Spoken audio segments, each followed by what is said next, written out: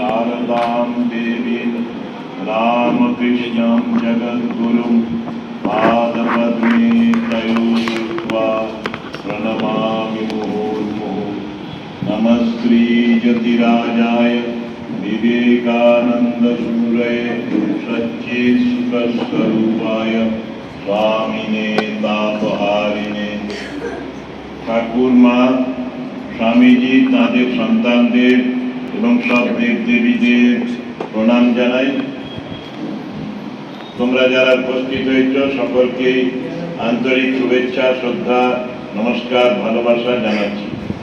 শ্রী শ্রী ঠাকুর মা স্বামীজি এরা তোমাদের সকলকে আশীর্বাদ করুন, তোমরা শান্তিতে, আনন্দে এবং সুস্থ থেকো, এই প্রার্থনা জানাই। আজকে এই অবসরে একটু সৎ কথা বলবো। শ্রীরামকৃষ্ণদেবকে প্রশ্ন করা হয়েছিল, গৃহস্থরা কি ঈশ্বর লাভ করতে পারেন? ঠাকুর বলেছেন উপায় আছে। উপায় সাধুসঙ্গ, ঈশ্বরের নাম গুণ কীর্তন, সৎ অসৎ বিচার এবং নির্জন বাস। আমরা এর সাথে আরেকটি কথা বলি, ঠাকুরেরই কথা, শিবজ্ঞানে জীব সেবা, এই পঞ্চশীল বা 5টি সৎ অভ্যাস করলে পরে মানুষ ঈশ্বরকেও সাক্ষাৎ করতে পারে। মানুষ স্বরূপত ঈশ্বর, কিন্তু ভুলে যায় যে আমার অন্তরে, ওই অন্তর্যামিনী গান হচ্ছিল, অন্তর্যামী রূপে ঈশ্বর আছেন। বেদে আছে সদা জনানাম হৃদয়ে সন্নিবিষ্ট অঙ্গুষ্ঠ মাত্র পুরুষ অন্তরাত্মা। নিজের বুড়ো আঙ্গুল পরিমাণ জায়গায় আসলে আমাদের হৃৎপিণ্ড। সেই হৃৎপিণ্ডের ভেতরে, হৃদয়ের মধ্যেই আছেন পরমেশ্বর, পরমাত্মা, ভগবান রাম, কৃষ্ণ, শিব, কালী, দুর্গা, যা বলেই তাকে ডাকি না কেন, সেই মহাশক্তি চৈতন্যময়, চৈতন্যময়ী এখানেই অধিষ্ঠান করেন, তোমার আমার সকলের অন্তরের ভেতরে। আমরা জানি না, নিজেদের আয়নায় যেটা দেখি প্রতিবিম্ব, সেটাকেই সত্য বলে মনে করি। আমি জলপাইগুড়িতে জিজ্ঞেস করছিলাম এক ভদ্রমহিলাকে, তার এখন 51 বছর বয়স, মোবাইল নিয়ে ছবি তুলছিল। প্রথমে আমি মোবাইলটা বন্ধ করতে বললাম, তারপরে বললাম তুমি পৃথিবীতে কবে প্রথম এসেছিলে? সে বলল 1975-এ। আমি বললাম তোমার প্রশ্নের উত্তরে তুমি 0 নম্বর পাবে। কারণ কি, আমাদের এই জন্মটা প্রথম নয়। আমরা 84 লক্ষ বার জন্মেছিলাম, বিভিন্ন জীব শরীরে অবস্থান করেছি, জন্ম থেকে মৃত্যু। যদি হিসাব করো 84 লক্ষটা লাইফ, কত টোটাল হবে, মোট আয়ুষ্কাল কত হবে? অনেক বেশি, কয়েক কোটি বছর লেগে গেছে মানুষ হবার জন্যে। সেজন্যই ঠাকুর আমাদের সতর্ক করে দিয়ে বলেছেন, মানুষকে, মানুষ যে মানুষ, যে বোঝে আমি মানুষ, আমি অন্যের মতো লুকোচুরি করে ওই কুকর্ম করতে পারি না। আমার সুকর্ম করা উচিত, আমার জানা উচিত আমি কে, আমি প্রথম তো আমি মানুষ। ছেলে মেয়েদের এখনো মা বাবারা শিক্ষা দেয় না, প্রকৃত শিক্ষা তারাও আসলে পায়নি, তাদের দোষ নেই। কি হবে তুমি? বাচ্চা ছেলে বললো আমি নিট দিয়ে ডাক্তার হতে চাই। তুমি মানুষ হতে চাও না, চুপ করে আছো। আগেকার দিনে ওই গুরুজনরা বাড়িতে এলে, মাস্টারমশাই হোক, গুরু হোক, দাদু হোক, কেউ এলেই ছোট্ট বাচ্চাটাকে দেখিয়েই মা বলতেন, আশীর্বাদ করুন যেন আমার এই সন্তানটি মানুষের মতো মানুষ হয়, মানুষের মতো মানুষ হয়। তারপরে বাকি সব গড়গড়িয়ে আসবে। স্বামী বিবেকানন্দ বলতেন যে আগে মানুষ হও রামচন্দ্র, তারপর বাকি সব গড়গড়িয়ে আসবে। এ কোথায় দেখেছে টাকায় মানুষ করে, মানুষই টাকা করে থাকে। এখানে তোমাদের মাথা ভাঙাতে এক ভদ্রলোক ছিলেন, ব্যবসা ছিল ভালো, আস্তে আস্তে সব ব্যবসাগুলোতে ফেলিওর হয়েছে, ব্যবসাগুলো ভেঙে যাচ্ছে, টুকরো হয়ে যাচ্ছে, শরিকি ভাগ হয়ে যাচ্ছে। যতই টাকা হোক না কেন সব সেল করে নিজেরা একে একে টুকরো টুকরো করে অনেক কম এখন আয়। যে আজকে রাজা কালকে বা ফিউচারে সে ভিখারি হতে পারে। কাশিতে এক ভিখারি বৃদ্ধ ভদ্রলোক, তিনি ভিক্ষে করতেন মন্দিরের বাইরে বসে। বৃদ্ধ থেকে বয়স্ক থেকে অনেকেই এটা সেটা দিয়ে যেত, খাবার জিনিস, কখনো কিছু পয়সা। তো উনি সব যখন হয়ে যেত, দুপুর হয়ে যেত, সবটা গুটিয়ে খুঁজে বেড়াতেন আর কেউ ভিক্ষুক আছে কিনা, কেউ অভুক্ত আছে কিনা। কাউকে না পেলে একটা গরুকে কুকুরকে খাইয়ে দিতেন, শেয়ার দিতেন। এটা ছোট্ট মেয়ে আজকে এখানে উঠছিল বারবার, ওই রকমের একটা মেয়ে কদিন ধরে দেখেছে, দেখে বলছে যে দাদু তুমি তো খুব অল্পই পাও, এর থেকে ভাগ দাও কেন। তখন তিনি একটা অদ্ভুত কথা বললেন, জানিস আমি আগে রাজা ছিলাম, এখন আমার এই দশা হয়েছে। যখন রাজা ছিলাম মানে ধনী ছিলাম, তখন কারোর জন্য ভাবিনি, কেবল স্বার্থ চিন্তা করেছিলাম। তারপরে আজকে আমার এই দশা হয়েছে, আমি এখন ভবিষ্যৎ জীবনটা যেন ভালো হয় তার জন্য একটু পরার্থপর হবার চেষ্টা করছি। Unselfishness is god. ঈশ্বর কি না নিঃস্বার্থপরতা। ভগবান আমাদের দুঃখ কষ্টের সময় তিনি পাশে এসে আমাদের দুঃখ দূর করার জন্য পথ বলে দেন। গীতাতে আছে যদা যদা হি ধর্মস্য গ্লানির্ভবতি ভারত অভ্যুত্থানম অধর্মস্য তদাত্মানম সৃজাম্যহম পরিত্রাণায় সাধুনাম বিনাশায় চ দুষ্কৃতাম ধর্ম সংস্থাপনার্থায় সম্ভবামি যুগে যুগে। আমি ধর্ম স্থাপনের জন্য যুগে যুগে আসি। জীবের দুঃখ থেকে তার কষ্ট হয়, তার কিছু চাওয়ার নেই, পাওয়ার নেই, হারাবার কিছু নেই, পাবারও কিছু নেই, তার হাতেই তো দুনিয়া। ভগবান কৃষ্ণ গীতাতে বলছেন যে আমার কোনো কর্তব্য নেই, নমে পার্থাস্তি কর্তব্য তিষু লোকেষু কিঞ্চন নানবাপ্তম অবাপ্তব্যম বর্তম এব চ কর্মণি। এই ত্রিভুবনে আমার কোনো কর্তব্য নেই, আমার কোনো পাওয়ারও নেই, কোনো যাওয়ারও নেই, হারিয়ে যাওয়ারও নেই, কিন্তু আমি সদা কর্মরত। ঠাকুর একদিন রাত্রে লাটুকে তার প্রিয় শিষ্য অদ্ভুতানন্দকে জিজ্ঞেস করছেন, লাটু ভগবান কি ঘুমোচ্ছেন রে বা ঘুমন? লাটু চুপ করে আছে। আমরা তো দেবতাদের স্বয়ং দিই, এটা বিছানা রাখি, ফটো রাখি, সেখানে বলি ঠাকুর তুমি রাতটুকু ঘুমো। আসলে আমি ঘুমোতে যাচ্ছি, ভাবি তিনিও ঘুমবেন, ভগবানের চোখে ঘুম নেই। ঠাকুর বললেন, লাটু ভগবান ঘুমোয় না, তিনি ঘুমোলে সবাই ঘুমিয়ে পড়বে, তিনি সবার প্রাণটিকে ধরে রেখেছেন। আজকে আমেরিকা এখন দিন, এখানে রাত্রি, এরকমের 24 ঘন্টায় কেউ না কেউ জেগে আছে, আর সবাই তো জীবিত আছে। সেই জীবনগুলোকে ধারণ করে রেখেছেন, ধরে রেখেছেন করুণাময় ঈশ্বর। আমরা যে কদিন বেঁচে থাকি সবই তার করুণা। ডাক্তার দেবী শেঠি তার প্যাডে একটা কথা লিখতেন, উই ট্রিট গড কিওর্স। আমরা চিকিৎসা করি, ঈশ্বর আরোগ্য দান করে। আমি কেউ নই, আমি চিকিৎসা বিদ্যা জানি, আমি তোমাকে চিকিৎসা করে সুস্থ করে তোলার চেষ্টা করব, কিন্তু হাতটা তাঁর। এইরকমই ঈশ্বর তত্ত্ব, এইরকমই। একজন মুসলমান ফকির, একজন রাজা, তখনকার দিনে অযোধ্যার রাজা আসাফুদ্দৌলা, তার কাছে গিয়ে বললেন যে বিকেল হয়ে গেছে, চক মিলান বারান্দা, চারদিকে ঘেরা বারান্দা, সেখানে গিয়ে নিচে থেকে বলছেন, ইসকো না দে খোদা তালা উসকো দে আসাফুদ্দৌলা।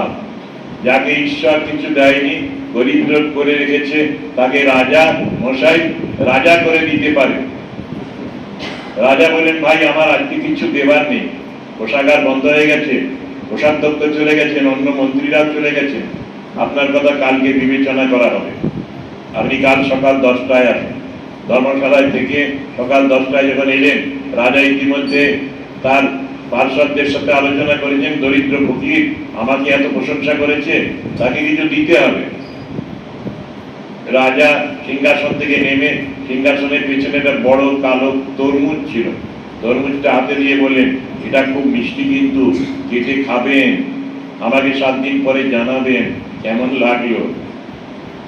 ফকির খুব রেগে গেলেন, আমি ওকে ঈশ্বরের উপরে স্থান দিলাম, जिसको ना दे खुदा तेरा ताला उसको दे আসাফুদ্দুল্লাহ, আর রাজা আসাফুদ্দুল্লাহ কিনা আমাকে একটু তরমুজ দিল, তরমুজের ভেতরে কি আছে, জল আছে, ইংরেজিতে বলে ওয়াটারমেলন।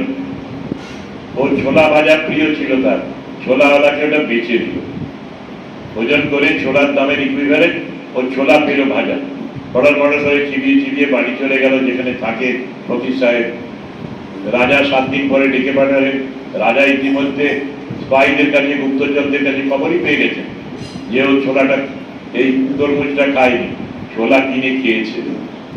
রাজা ওকে ডেকে বললেন, তরমুজটা কেটে দেখেছিলেন, মাথা নিচু করে আছে, রাজা যদি শাস্তি দেয়।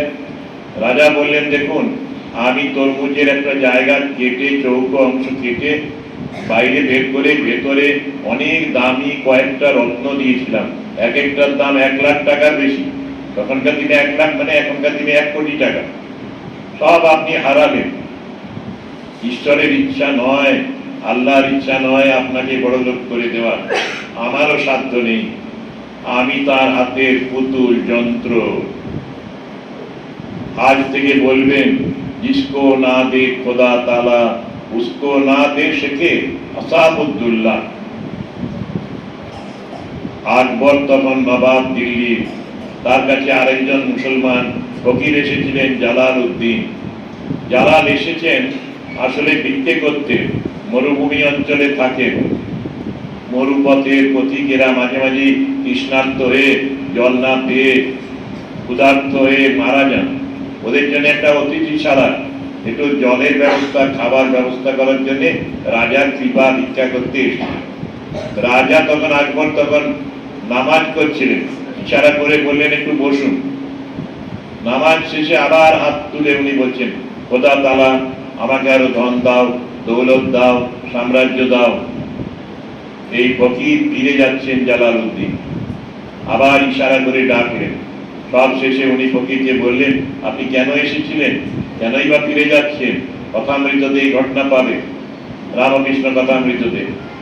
তো তিনি বললেন, ফকির বললেন, আমি এসেছিলাম তোমার কাছে ভিক্ষে করতে, তুমি মহান, তুমি রাজা, দেখলাম তুমি আমার থেকেও ভিক্ষেরই বেশি, আমার কিছু নেই, আমি ভিক্ষে করি, তোমার এত আছে, তারপরে আরো ধন সম্পদ সাম্রাজ্য চাইছো। এখনকার দিনে দেখো ট্রাম্প বাবার ওই রকম অবস্থা, কত আছে তারপরেও আরো তেল চায়, আরো তেল চায়, আরো টাকা চায়। এই জন্যই এত বিরাট একটা যুদ্ধকে ডেকে আনছে। এই রাজা এবারে বলে দিলেন ওকে, আজ থেকে বলবেন, जिसको না দে খোদা তাআলা उसको না দে আসাফুদ্দুল্লাহ। আমাদের ঠাকুর মায়েরা বলতেন, গাছের একটা পাতাও নড়ে না যদি তার ইচ্ছা না হয়। একবার হলো কি, দেবতারা অসুরদের হারিয়ে জয় করলেন আবার দেবলোক, অসুররা দেবলোক দখল করে ফেলেছিল।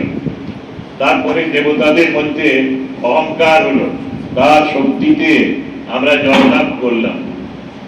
সবাই বলছে আমার শক্তিতে হয়েছে, আমার শক্তিতে হয়েছে।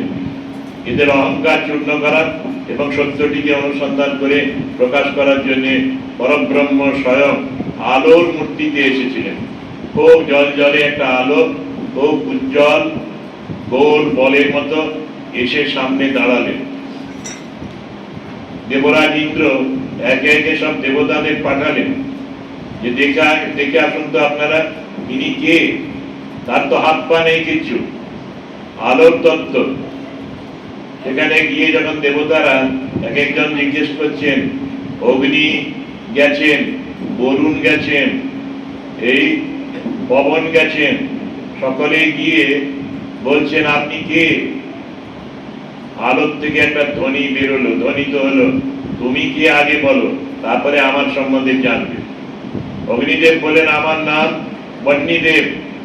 তুমি কি করতে পারো বলো তো, তোমার কি ঐশ্বর্য আছে, কি ক্ষমতা আছে? আমি সব কিছুকে পুড়িয়ে ছাই করে দিতে পারি, ভস্ম করে দিতে পারি। আচ্ছা, এই ছোট্ট ঘাসের টুকরোটাকে একবার একটু পুড়িয়ে দাও না। অগ্নি তার সব শক্তি শেষ করে দিলেন, কিন্তু পারেননি। তারপরে বরুণ এলেন। বরুণ এসে বললেন, জিজ্ঞেস করলেন, যেমন তুমি কে, আপনি কে, না আগে বলো তুমি কে। আমি বরুণ, আমি জল দিতে পারি, আমি সব কিছুকে ভাসিয়ে নিয়ে যেতে পারি, ভিজিয়ে দিতে পারি। এই ঘাসের টুকরোটাকে একটু ভেজাও তো, একটু ভাসিয়ে নাও তো। বরুণ সর্বশক্তি দিয়েও পারেননি কিছু করতে, নাড়াতেই পারলেন না। এবারে এলেন পবনদেব। তুমি কে, না আমি বায়ুর দেবতা, আমি সব কিছুকে হিলিয়ে নাড়িয়ে উড়িয়ে দিতে পারি। এখনকার দিনে হলে বলছেন আমি আমফান এনে দিতে পারি, আমি আরো সব ধ্বংসকারী জিনিস দিতে পারি, ঝড় এনে দিতে পারি। ওই রকমই আগুন থেকে, আলো থেকে বেরিয়ে এলো একটা ঘাসের টুকরো। আলোর দেবতা বললেন, তুমি এটাকে একটু নাড়াও তো দেখি বাবু। উনিও পারলেন না। শেষে কেউ যখন পারেনি, মাথা নিচু করে ইন্দ্রের কাছে ফিরে গেলেন। ইন্দ্র নিজে এলেন, এসে বলছেন, দয়া করে আপনি বলুন কে। সেই সময় আকাশে উমা, হৈমবতী, মা দুর্গার দেখা হলো। মা দুর্গা বললেন, ওই ছিলেন পরব্রহ্ম স্বয়ং, আলো রূপে এসেছিলেন। তারই অল্প অল্প শক্তি নিয়ে তোমরা শক্তি লাভ করেছ, সেই শক্তি সম্মিলিত রূপে তোমরা জয়লাভ করেছ। একা কারো শক্তিকে তোমাদের জয় হয়নি। দেবতাদের অহংকার পূর্ণ হয়েছিল। ঠাকুর সেই জন্য বলতেন যে অহংকার করো না। সন্ধ্যেবেলায় ঠাকুরের কথামৃততে আছে, জোনাকিরা উঠছে অমাবস্যার রাত্রি, অন্ধকার টিপ টিপ করে জোনাকিগুলো আলো দিচ্ছে। জোনাকিরা ভাবলো আমরা কি মহান, আমাদের আলোতেই জগৎ ভাসছে। এবারে একটু পরে তারা দেখা গেল, জোনাকি ম্লান হয়ে গেল, তাদের অহংকার চূর্ণ হলো। এবারে তারা এসে কিছুক্ষণ ফুটে রইল আকাশে। জোনাকির থেকে জোরালো আলো তারা, তারাদেরও অহংকার হলো, আমরা জগৎকে আলো দিচ্ছি। এরপরে চাঁদের আলো এলো, চাঁদও ভাবতে লাগলো যে আমি আলো দিচ্ছি।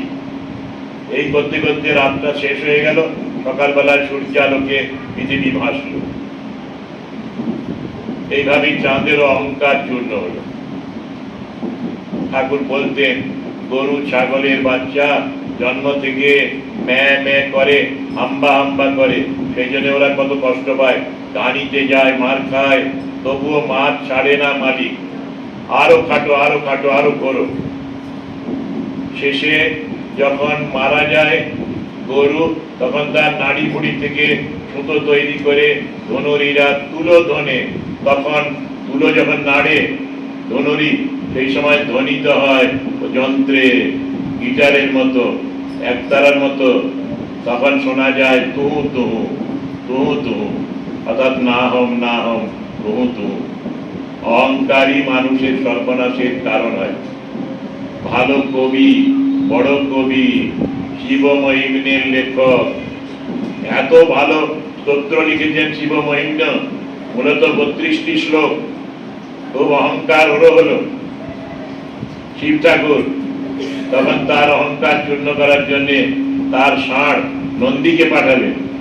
নন্দী গিয়ে ওই পুষ্পদন্ত কবির কাছে গিয়ে হাঁ করলেন। তখন কবি দেখছেন আমার লেখা সব মন্ত্রগুলো নন্দীর দাঁতের মধ্যে লেখা আছে। বুঝলেন যে আমার আগেই ভগবান মহাদেব তার ওই নন্দীর কাছে লিখে দিয়েছেন শিব মহিম্ন। অহংকার করার কিছু নেই। ঠাকুর বলছেন যাদের অনেক টাকা আছে তাদের অহংকার হয়, তাদের এগুলো শুনলে ভালো হয়। ঈশ্বর আসেন বলছিলাম আমাদের এই মঙ্গল করার জন্য। তিনি যা করেন আমাদের মঙ্গল হয়।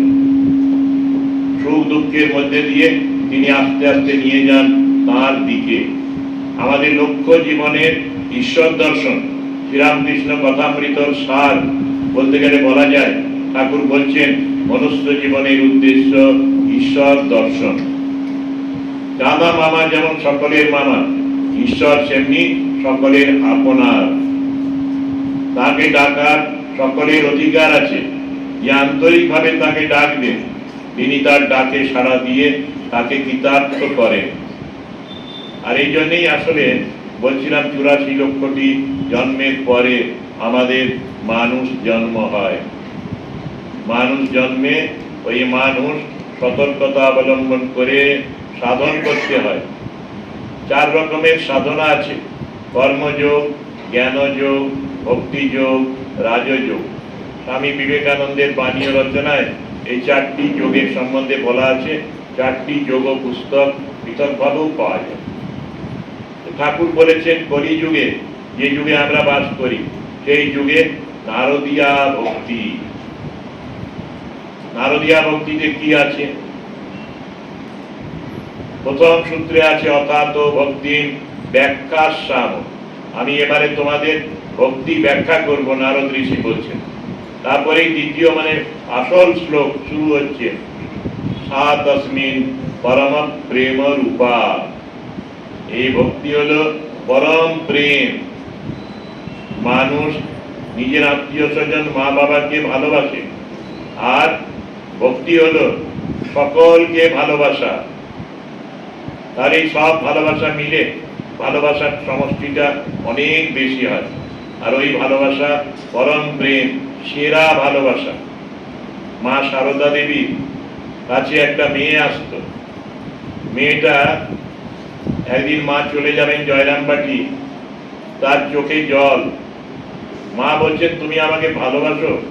সে বলল, হ্যাঁ মা, খুব ভালোবাসি। কিরকম ভালোবাসো? সে হাত দুটো বাড়িয়ে প্রসারিত করে বলল, এইরকম ভালোবাসো। মা বললেন, আমি যখন চলে যাব এখান থেকে, তখনও তুমি ভালোবাসবে? তখন বললেন, হ্যাঁ, তখনও ভালোবাসবে।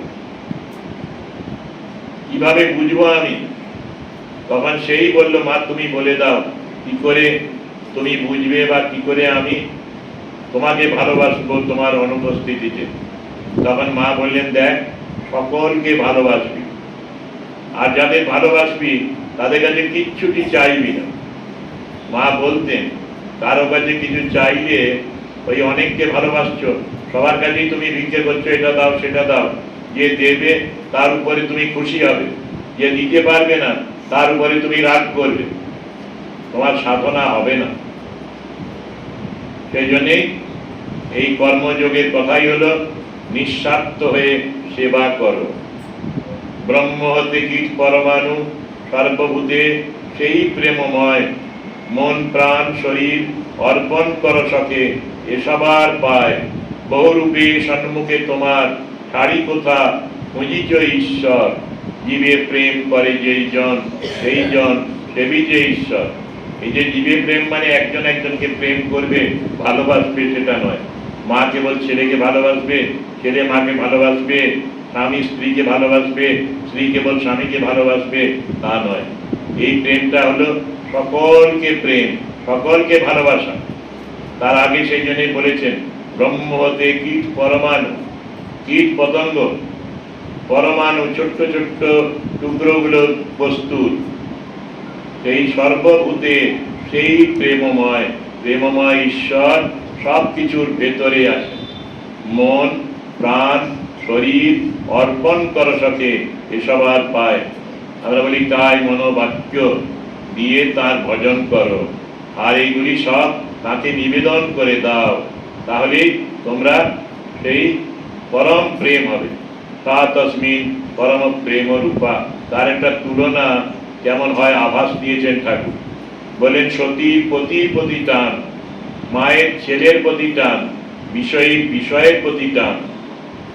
এই 3 টান একত্র হলে যা হয় সাম টোটাল সমষ্টি, কেবল এ বা কেবল বি বা সি নয়, সবগুলোকে এ প্লাস বি প্লাস সি।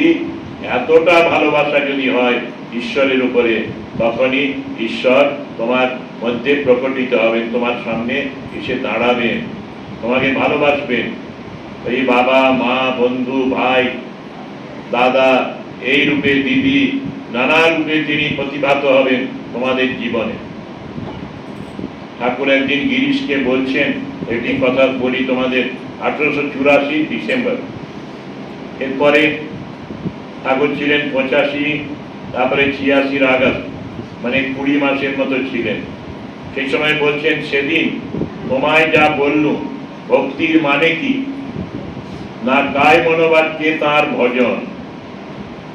কায় অর্থাৎ শরীর, শরীর মানে কিভাবে শরীর দিয়ে তুমি সেবা করবে, পুজো করবে, হাতের দ্বারা তার পূজা ও সেবা, পায়ে তার স্থানে যাওয়া, দেবালয়ে আশ্রমে যাওয়া, কানে তার ভাগবত শোনা, কানটি দিয়ে অন্য কিছু না শুনে ভালো গান শোনো, তার কথা শোনো, সৎ কথা শোনো, নাম গুণকীর্তন শোনা, চোখে তার বিগ্রহ দর্শন, এইভাবে শরীরের বিভিন্ন অঙ্গ দিয়ে তার সাথে যুক্ত হওয়া ভক্তির একটা অঙ্গ কায়।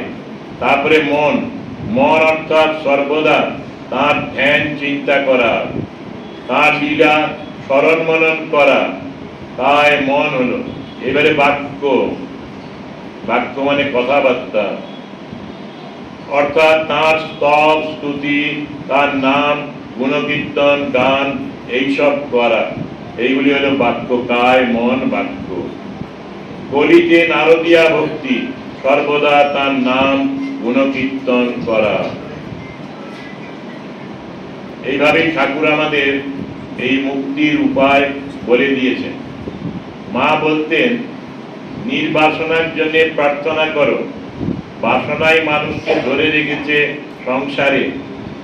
ঠাকুরের কথা আছে, যদি একটা সন্দেশ খাবারও ইচ্ছে থাকে মরার সময়, তাহলে সন্দেশ খাওয়ার জন্য আবার জন্মাতে হবে, সন্দেশের জন্য জন্মাতে হবে। সেই জন্যই চাইতে হয় যে মৃত্যুর সময় যেন আর কোনো চিন্তা না থাকে, কেবল তোমাকে চাই প্রভু, আর কিছু চাই না। গীতাতে আছে জং লব্ধ্বা চা পরং লাভং মন্যতে নাধিকম তত যস্মিন স্থিতো ন দুঃখেন গুরুণাপি বিচাল্যতে। যা পেলে অন্য কিছু পাওয়ার ইচ্ছা হয় না। মিছরির পানা পেলে পিঠে গুড় আলুনি বলে বোধ হয়। সেই রকম বিষয় সম্পত্তি, আত্মীয় স্বজন তখন শেষের দিকে খারাপ লাগে। একজন মারা যাচ্ছেন, দুদিন ধরে তিনি বারবার তাকে সরিয়ে দেওয়া হচ্ছে খাটিয়াটা, কিন্তু তিনি দেওয়ালের দিকে মুখ করে শুয়ে আছেন, পাশ ফিরছেন দেওয়ালের দিকে। ডাক্তার এসে বললেন আপনার কি কষ্ট হচ্ছে? বলছেন কোনো কষ্ট হচ্ছে না, সংসারী লোক, 3টে জেনারেশন এসে গেছে, ছেলে মেয়ে নাতি নাতনি সব এসেছে বাড়িতে, মৃত্যুকাল সকল। বলছে যে এই যে বাড়িতে এসে সবাই কথাবার্তা বলছে বিষয় কথা, সেটা দিয়ে আমার ভীষণ কষ্ট হচ্ছে। এখন আর সংসারের যাবতীয় কথাবার্তা মনে হচ্ছে আমার দরকার নেই, আমার বাধা, ঈশ্বর চিন্তায় বাধা। শেষ সময় শুধু নাম করে যাচ্ছেন।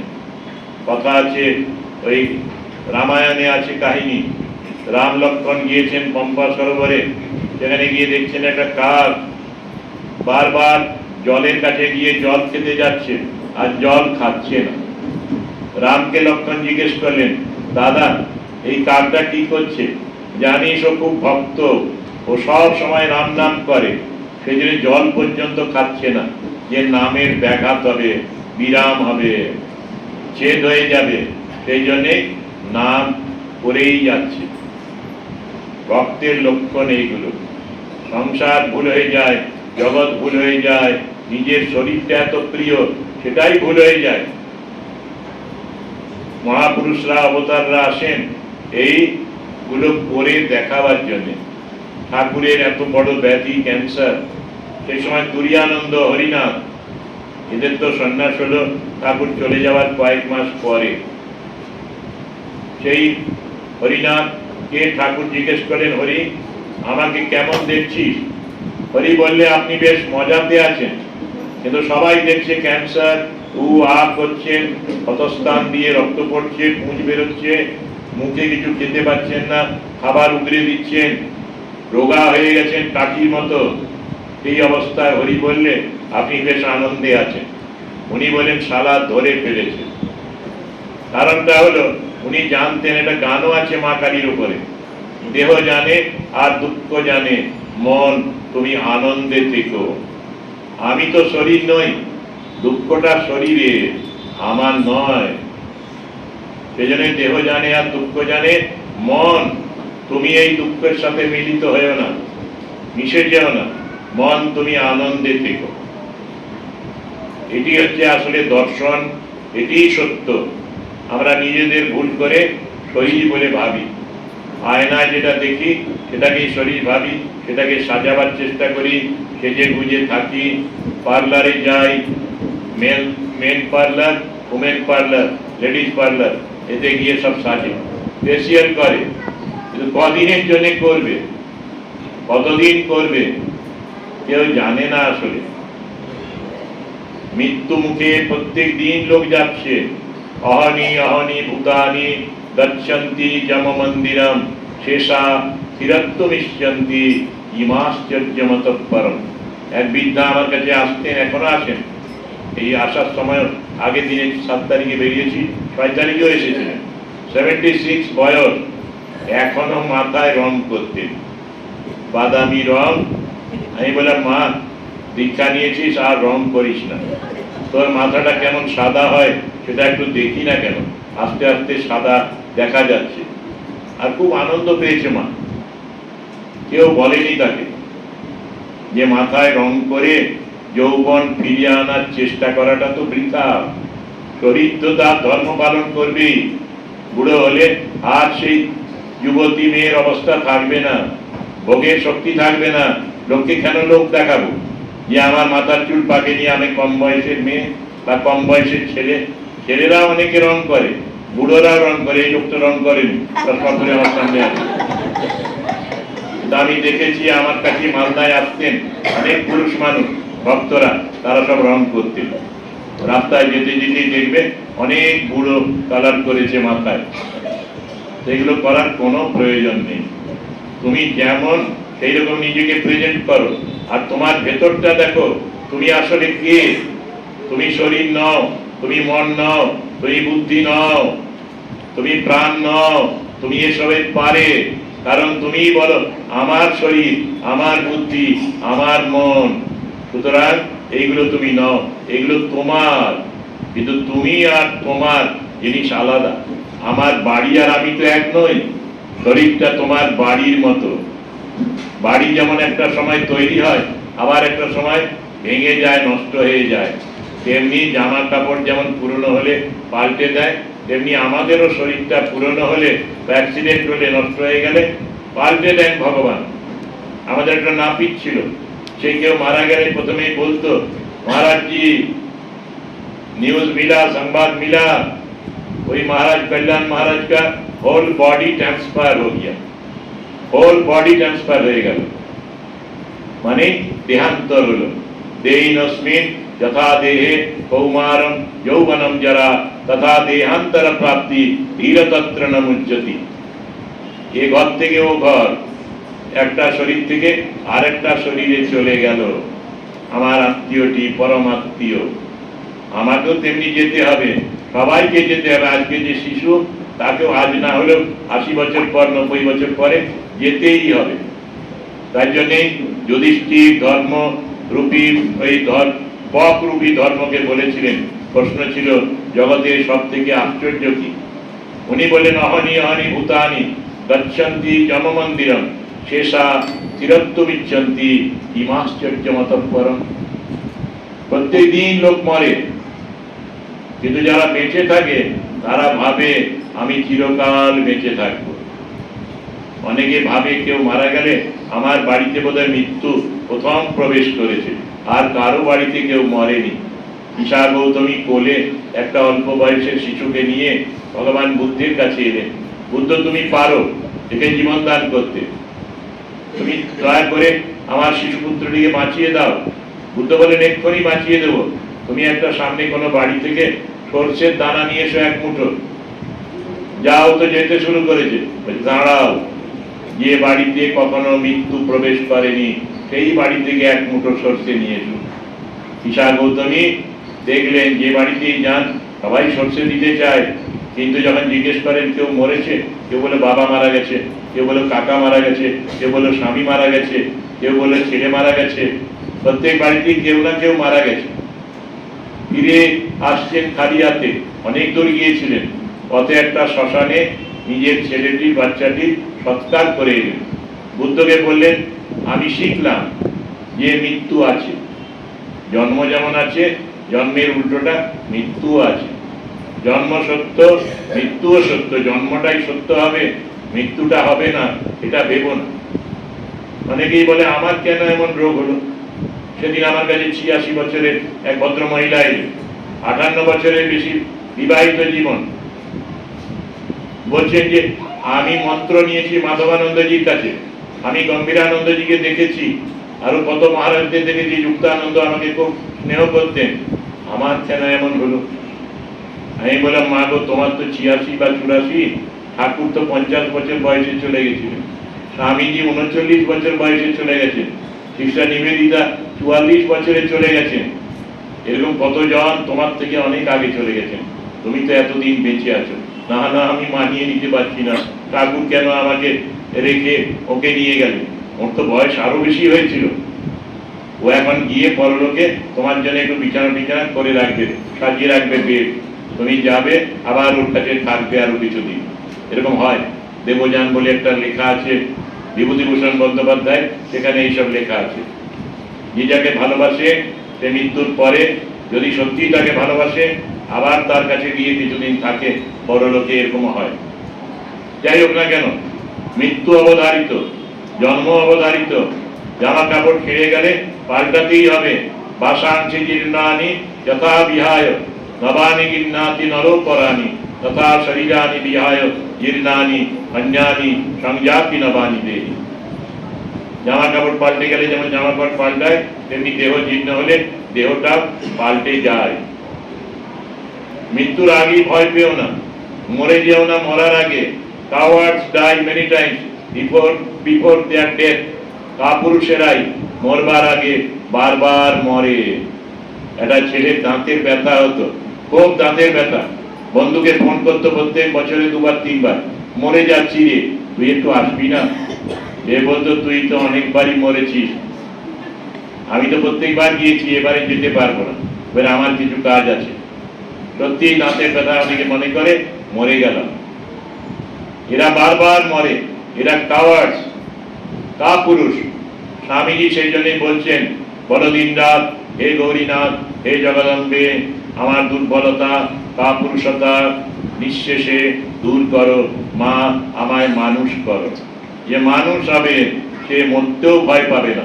নৈনম চিন্তন্তি শস্ত্রাণি নৈনম দহতি পাবক নচৈনম ক্লেদয়ং তাপো ন শোষয়তি মারুতঃ।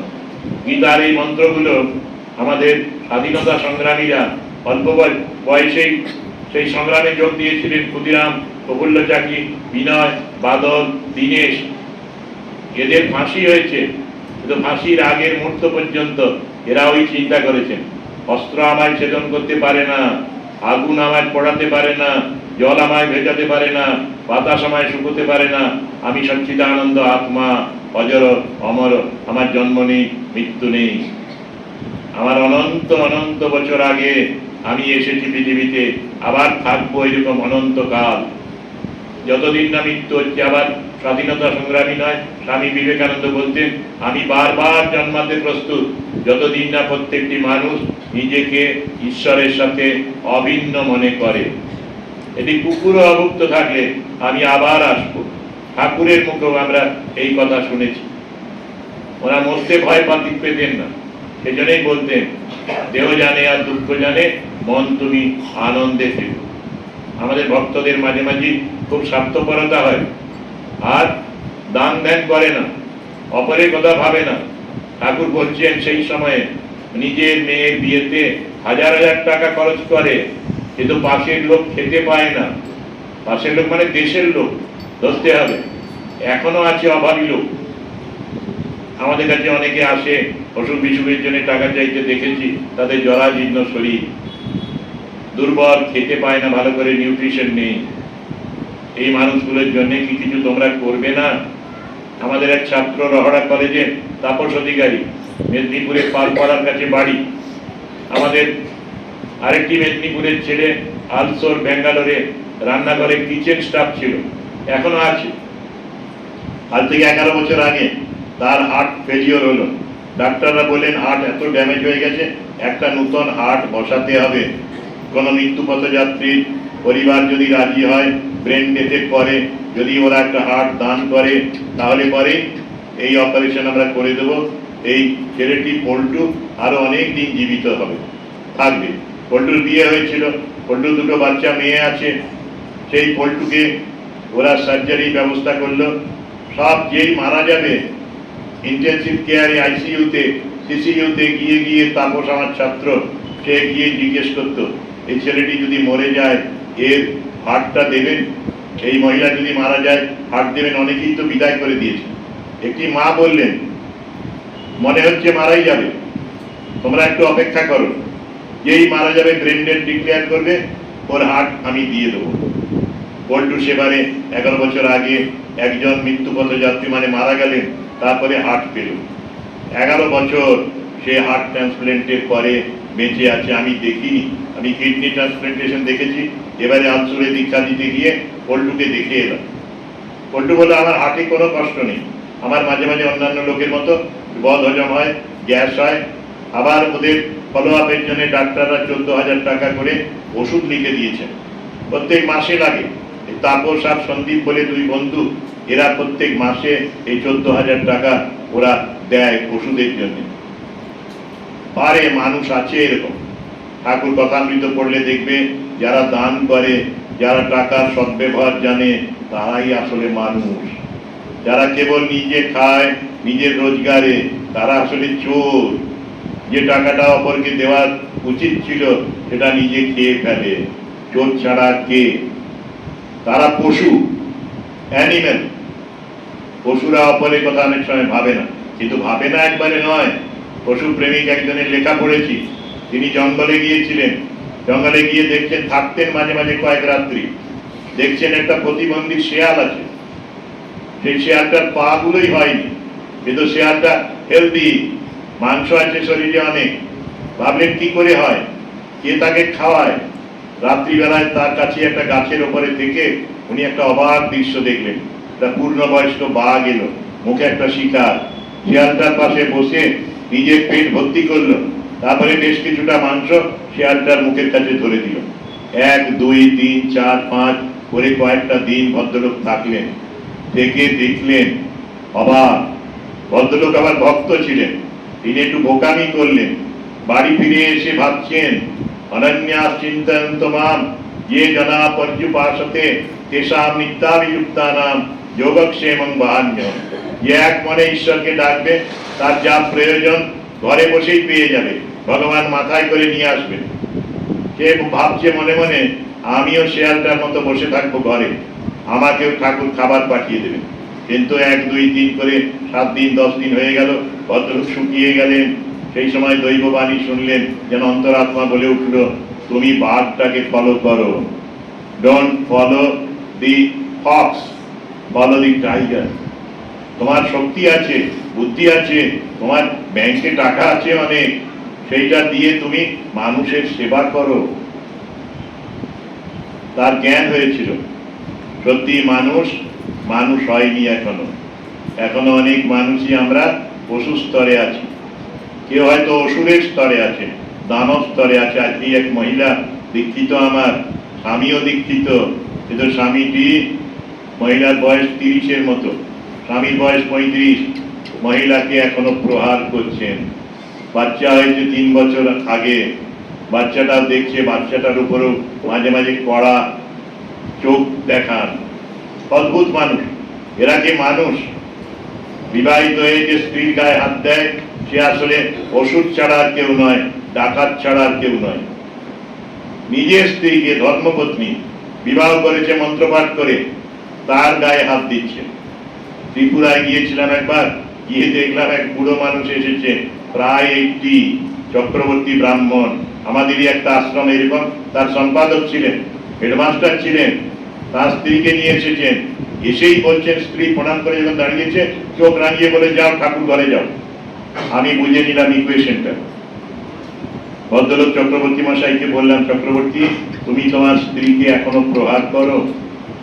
কাঁপতে শুরু করেছেন। কি করে জানলেন?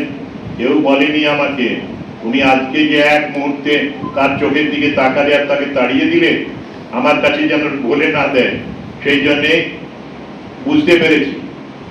তখন বলেন কেন মারো বলো তো, একটু বসে চিন্তা করো। তখন ভদ্রলোক একটা দার্শনিক তত্ত্ব উপহার দিলেন। বলেন আমার ভেতরে একটা জানোয়ার আছে, হিংস্র জানোয়ার, সে মাঝে মাঝে বেরিয়ে পড়ে, তখন আমি কেমন পাগল পারা হয়ে যাই। তখন নিরীহ বউটা, আমি বলেছিলাম বউটা কি খারাপ অসতী, অপর পুরুষের সাথে ভাব আছে? বউটার তখন বয়স অনেক 75 বছর, ওনার বয়স 80 বছর। বলছে না, আমার বউয়ের মতো ভালো বউ নেই। সবাই বউয়ের প্রশংসাই করে, সাধারণত বউরাও স্বামীদের প্রশংসাই করে। বিপরীত একটু ব্যতিক্রমী আছে কিছু কিছু, যাই হোক না কেন। সেই ভদ্রলোককে বলেছিলাম আজকে বাড়ি যাবে, সাক্ষী রেখে বউকে চেয়ারে বসিয়ে পায়ে ফুল দিয়ে পুজো করবে। যা দেবী সর্বভূতেষু মাতৃরূপেণ সংস্থিতা নমস্তস্যৈ নমস্তস্যৈ নমো নমঃ। পা ধরেই বলবে মা আমায় ক্ষমা করে দিও, এতদিন ধরে যে বিয়ের পর থেকে মেরে আসছি, আমায় ক্ষমা করে দিও। আমি সেদিন ধমক লাগিয়ে বলেছিলাম যদি এটা না করো হাতে কুষ্ঠ হয়ে যাবে, প্যারালিসিস হয়ে যাবে, হাত ক্ষয়ে যাবে, পড়ে যাবে, যদি স্ত্রীর গায়ে আঘাত করতে থাকো। আরো এরা 5 বছর উনি বেঁচে ছিলেন, চক্রবর্তী মশাই হেডমাস্টার প্রাক্তন, আর স্ত্রী আরো কয়েক বছর বাঁচলেন, 8 বছর 9 বছর। দুজনই এখন মারা গেলেন। আমি কদিন আগে কয়ে গিয়ে খবর নিয়েছি।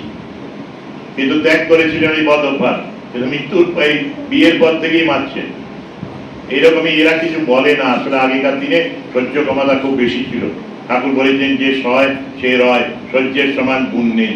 যে এখনকার দিনে মেয়েরা সইবে? বাপের নামে মায়ের নামে যদি নিন্দা করে আর যদি প্রহার করে, সহ্যই করতে পারে না। কেউ মেয়েটা বলছে আমার বাবা মায়ের নামে নিন্দা করে, যা তা কথা বলে, আমি তাও সহ্য করতে পারি, মায়ের নিন্দা বাবার নিন্দা আমি সহ্য করতে পারছি না, কি বলবো একটু পরামর্শ দিই। বারবার বললাম তুই কেঁদে কেঁদে ঠাকুরের কাছে প্রার্থনা কর। যীশু খ্রিস্ট যেমন ভাবতেন, ওই ভেবেছিলেন ফিরে খোঁজার সময়, ঈশ্বর এরা জানে না কি করছে, এদের তুমি ক্ষমা করে দিও। তোর স্বামীকেও ক্ষমা করে দেওয়ার জন্য বলিস ঠাকুরকে। যদি ঠাকুর ক্ষমা করে দেন, ওকে ইউটার্ন করে দেন, তাহলে তোরও শান্তি হবে, ওরও শান্তি হবে। আজকে মানুষ মানুষের মতো আচরণ করে না। মানুষের মতো আচরণ করতে হলে ওই মনটাকে কন্ট্রোল করতে হবে, আর ভেতরের পশুটাকে হত্যা করতে হবে। পশু থেকে মানুষ হতে হবে, মানুষ থেকে দেবতা হতে হবে। তখনই অমরত্ব লাভ হবে, তখনই যথাযথ শান্তি আসবে পরিবারে, সমাজে। এইটাই দেখাবার জন্য, এটা করে দেওয়ার জন্যেই, এই পথে চালাবার জন্যেই অবতারকে বারবার আসতে হয়। ঠাকুরও এসেছিলেন। এখন আমরা বলি মাঝে মাঝে বিয়ে করার আগে বিয়ে এড পড়ো। বিয়ে শুধু বিএড নয়, বিয়ে মানে বিয়ে সম্বন্ধে জ্ঞান লাভ করো, যে মেয়েরা বিয়ে করবে বা যারা সদ্য বিয়ে করেছো তারা what is marriage, what is বিবাহ, সেটাও একটু দেখো, চিন্তা করো। এটা কি করে জানবে? জানবে সতী সাবিত্রীর জীবনী পড়লে, জানবে মা শারদার জীবনী পড়লে, ঠাকুরের জীবনী পড়লে। এটা ভুল দিয়ে মাকে ঠাকুর কখনো আঘাত করেননি, কোনোদিন তুমি ছাড়া তুই বলেননি, পরস্পর পরস্পরকে নাম ধরে ডাকেননি। এখন আমরা এগুলো সব ছেড়ে দিয়েছি, ইন্ডিয়ান কালচার ছেড়ে ওয়েস্টার্ন কালচার নিয়েছি। পড়তে পড়তেই সম্পর্ক হয়ে যাচ্ছে, নাম ধরে তুই তোকারি করে আমরা চলেছি। সেই জন্যে অনেক জায়গাতেই অশান্তি হচ্ছে। এই অশান্তি থেকে মুক্তির উপায় বলছেন মহাজনস্যগত স্বপন্থা। মহাজনরা যে পথে হেঁটেছেন সেই পথে হাঁটো। সুব্রহ্মণ্য ভারতী দক্ষিণী কবি, কংগ্রেস করতেন। কংগ্রেস সম্মেলনে, জাতীয় কংগ্রেসে এসেছেন একবার, নিবেদিতার সাথে দেখা করলেন। নিবেদিতা বলেন হোয়ার ইজ ইউর ওয়াইফ? উনি বলেন আমাদের দেশে মেয়েদের ঘরের বাইরে আসতে নেই, সেজন্য আমি একা এসেছি। উনি ছিছি করলেন, বলেন সংসারে সব সুখ সে দিচ্ছে তোমাকে, আর আসার সময় বাইরে বেরোবার সময় তাকে আনছো না, খাঁচায় বন্দি করে রেখেছো। এবারে যখনই আসবে কলকাতায় তখন স্ত্রীকে সাথে নিয়ে এসো। সুব্রহ্মণ্য ভারতী তারপর থেকে স্ত্রীর হাত ধরে হাঁটতেন। বুড়ো বয়স পর্যন্ত নিবেদিতার উপদেশ নির্দেশটা পালন করেছিলেন। অদ্ভুত। এটাই ভারতবর্ষ, এটাই ধর্ম। অন্য কিছু ধর্ম নয়, তিলক কাটা ধর্ম নয়, জপের মালা ঘুরানো ধর্ম নয়, কেবল শাস্ত্রপাঠ ধর্ম নয়। পরিষ্কার বলছেন নায়াম আত্মা প্রবচনেন লজ্জ নমে দয়া ন বহুনা শ্রুতেন যমে বৈশ্ব বৃণুতে তেন লজ্জ। আত্মার সাথে, ঈশ্বরের সাথে প্রেম করতে হবে, তাকে বরণ করতে হবে, ভালোবাসতে হবে, তখনই তুমি ওই প্রকৃত ধর্ম লাভ করবে। কেবল বক্তৃতার দ্বারা বা বক্তৃতা শুনে লাভ নেই, মেধার দ্বারা হয় না, বলের দ্বারা, শক্তির দ্বারা হয় না, হয় তাকে যদি ভালোবাসতে পারো, ওই সতীর প্রতি ভালোবাসা, মায়ের ছেলের প্রতি ভালোবাসা, বিষয়ের প্রতি ভালোবাসা, এইভাবে তোমরা চলার চেষ্টা করো, তাহলেই তোমাদেরও জীবনে শান্তি আসবে। এবারে আরেকটা ঘটনা বলে শেষ করব। ঘটনাটি এরকম, 16ই অক্টোবর 1882, 18 ফেব্রুয়ারি নাগাদ ঠাকুরের কাছে মাস্টারমশাই এসেছিল। তিনি এই দিনের ডায়েরিতে লিখছেন, মানে শ্রী শ্রী রামকৃষ্ণ কথামৃতের পাতা থেকেই বলছি। ঠাকুর একটি ভক্তকে জিজ্ঞাসা করিলেন, তুমি স্বপ্ন টপ্ন দেখো? ভক্ত বলছেন, একটি আশ্চর্য স্বপ্ন দেখেছি। এই জগৎ জলে জল, অনন্ত জলরাশি, কয়েকখানা নৌকো ভাসিতেছিল।